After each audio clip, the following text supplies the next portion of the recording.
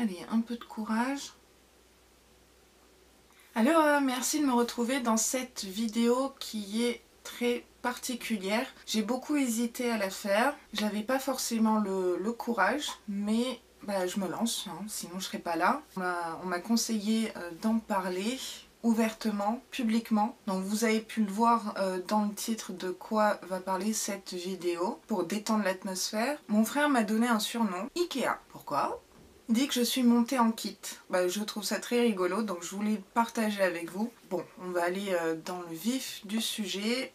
J'ai un peu les mains moites, pour être honnête. On va parler de maladie et on va parler de ce qui m'est arrivé. Donc j'ai eu 3 cancers. Donc j'ai 34 ans. Et toute ma vingtaine a été complètement pourrie, il n'y a pas d'autre mot. Brièvement, j'ai eu un cancer de l'endomètre, de l'utérus, puis cancer du col de l'utérus et enfin cancer de la peau. Pourquoi j'ai décidé de faire cette vidéo? Pour sensibiliser d'une part, ça peut arriver, même jeune.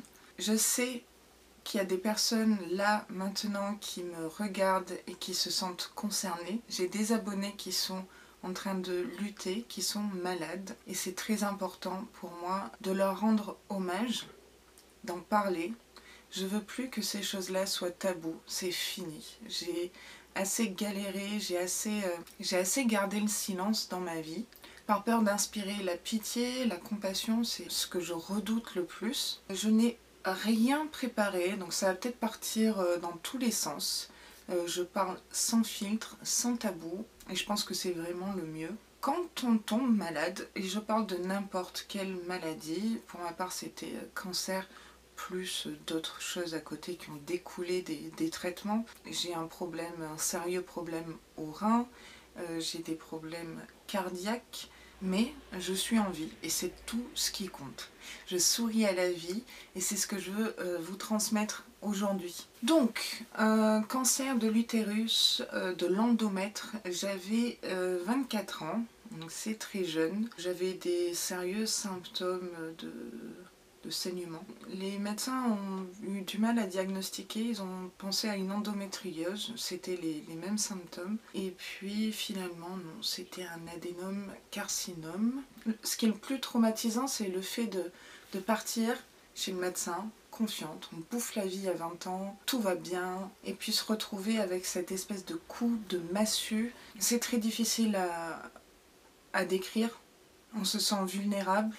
On a l'impression que le sol se dérobe sous nos pieds, on pense que c'est une mauvaise blague, on ne veut pas réaliser. Et puis quelque chose qui est très commun, je pense, à n'importe quelle personne qui tombe malade, mais vraiment je parle de n'importe quelle maladie, hein, c'est la phrase « Pourquoi moi ?» Pourquoi ça m'arrive à moi? Et ça c'est une phrase qui tourne en boucle, en boucle, en boucle, et pendant très longtemps. Après, on se demande, mais qu'est-ce que j'ai fait? Peut-être que si j'avais fait ci, si j'avais pas fait ça, si j'avais mangé plus sainement, mais plein de trucs complètement farfelus. Ça aussi, je pense que c'est quelque chose de commun quand on tombe malade. Après, j'ai eu la phase, pour le premier cancer, hein, j'ai eu la phase de déni, mais alors quand je vous parle de déni, c'est un déni total, c'est-à-dire que quand j'ai eu le verdict, hein, le diagnostic, j'ai rien trouvé de mieux à faire que de repartir en Nouvelle-Zélande chez moi, dont je suis originaire, et refaire ma vie.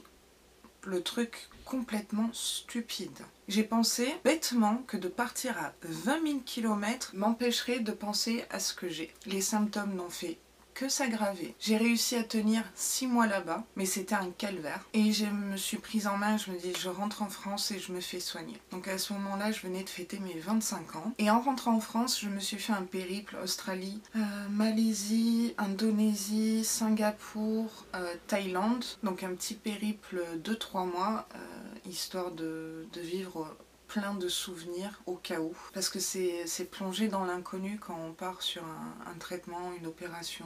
Il y a clairement un avant et un après. Quoi qu'il se passe, on n'en ressort pas indemne. Mais à la fois, je suis ultra positive parce que je ne serais pas la personne que je suis là aujourd'hui devant vous si j'avais pas vécu autant d'épreuves. Malgré tout, on passe aussi par des phases de grande dépression. Alors soit on fait une dépression pendant le traitement où on fait une dépression effet boomerang, c'est-à-dire après.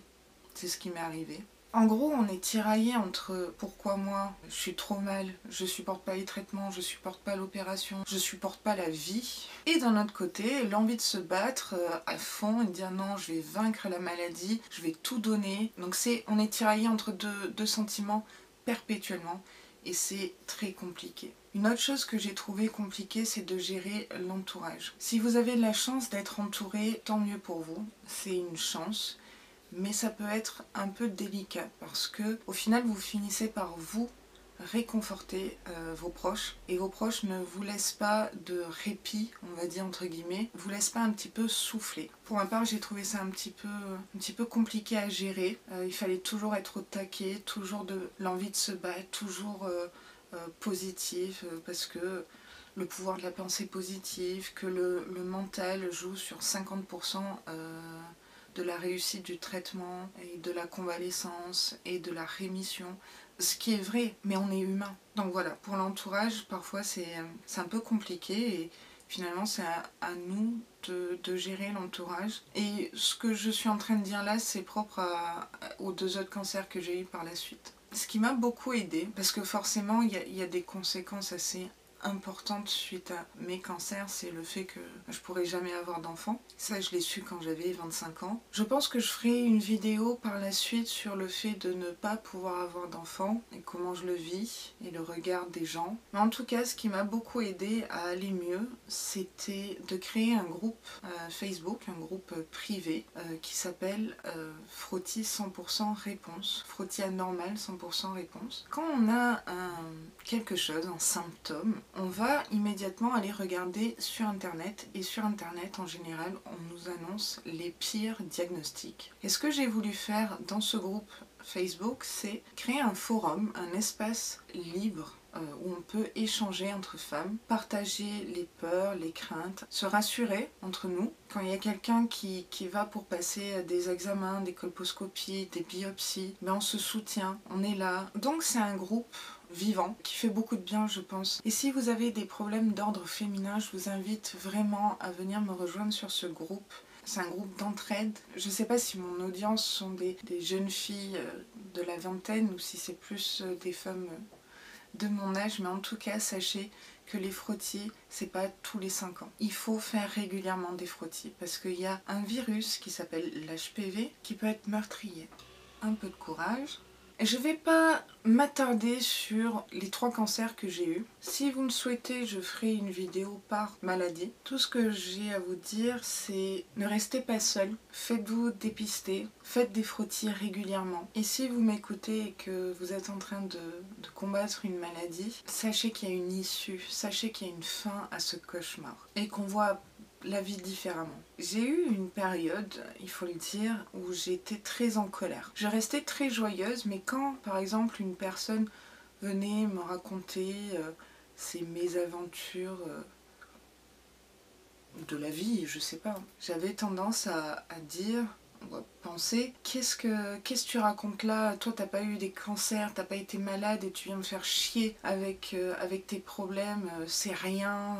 C'était clairement de la colère. J'étais en colère contre je sais pas quoi, mais j'étais en colère. Et c'est vrai que je me détestais à penser comme ça, c'était pas moi. Mais ça fait peut-être partie du processus de la maladie. Mais cette colère, oui, ça faisait mal. En fait, quand on est malade, on vit avec. Il faut apprendre à vivre avec. C'est vraiment pas simple et je continue à apprendre à vivre avec tout mon vécu et tout ce que je vis encore. On est une personne différente. Pour être honnête, si j'ai créé une chaîne YouTube, c'était pour reprendre confiance en moi. Et ce qui est ironique, c'est que je me maquille beaucoup devant vous alors que je me sens plus du tout femme ou féminine. Quand on vous enlève un organe et demi, on va dire, il y a de quoi à perdre confiance en soi. Je vous avais dit que cette vidéo partait dans tous les sens. En fait, je vous avouerai qu'il y a un traumatisme qui reste et qui restera, je pense, et j'arrive pas du tout à passer outre ça, c'est quand on arrive au cabinet médical et qu'on nous annonce un diagnostic pas très bon, et bien chaque examen par la suite est une réelle angoisse. Je pense que c'est quelque chose commun également aux personnes malades, mais je sais que quand j'ai un examen de contrôle, je suis très angoissée 2 semaines avant. Je dors très mal, je suis irritable, je mange pas beaucoup parce que je me dis si je retombe malade. On pourrait penser que je suis rodée, mais en fait non. Mais ces angoisses, oui, c'est pas facile. C'est pas facile pour moi, mais c'est encore moins facile pour mon entourage. On va dire que mon entourage, parfois, ils font office de punching ball quand j'ai des examens à passer. Au moins j'en ai conscience et c'est le plus important.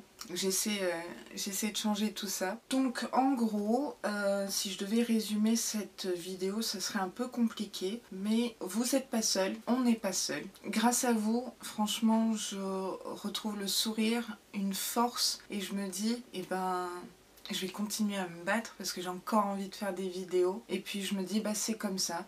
Et si je peux apporter un message positif, et ben tant mieux, c'est bonus. Après, pour être honnête, c'est très difficile pour moi de faire ce genre de vidéo. J'ai la gorge serrée et c'est outre le fait que j'ai un énorme goitre au niveau de la thyroïde. Quand je vous avais dit Ikea, voilà, donc j'espère que cette vidéo aidera certaines personnes. Moi en tout cas, vous m'aidez énormément, sachez-le par vos commentaires. N'hésitez pas à m'écrire en commentaire votre histoire à vous peut-être, ou celle de vos proches. Si vous avez des questions me concernant sur mes différentes maladies, je suis entièrement ouverte à la discussion. Et comme je vous ai dit, il n'y a pas de tabou pour moi, c'est fini. Il y en a eu trop longtemps. N'oubliez pas de venir me rejoindre sur mon groupe Facebook si vous en ressentez le besoin, besoin de parler, besoin d'être réconforté, aiguillé. Cette vidéo c'était une petite parenthèse sur ma chaîne. J'aurais du mal à vous demander si la vidéo vous a plu et de la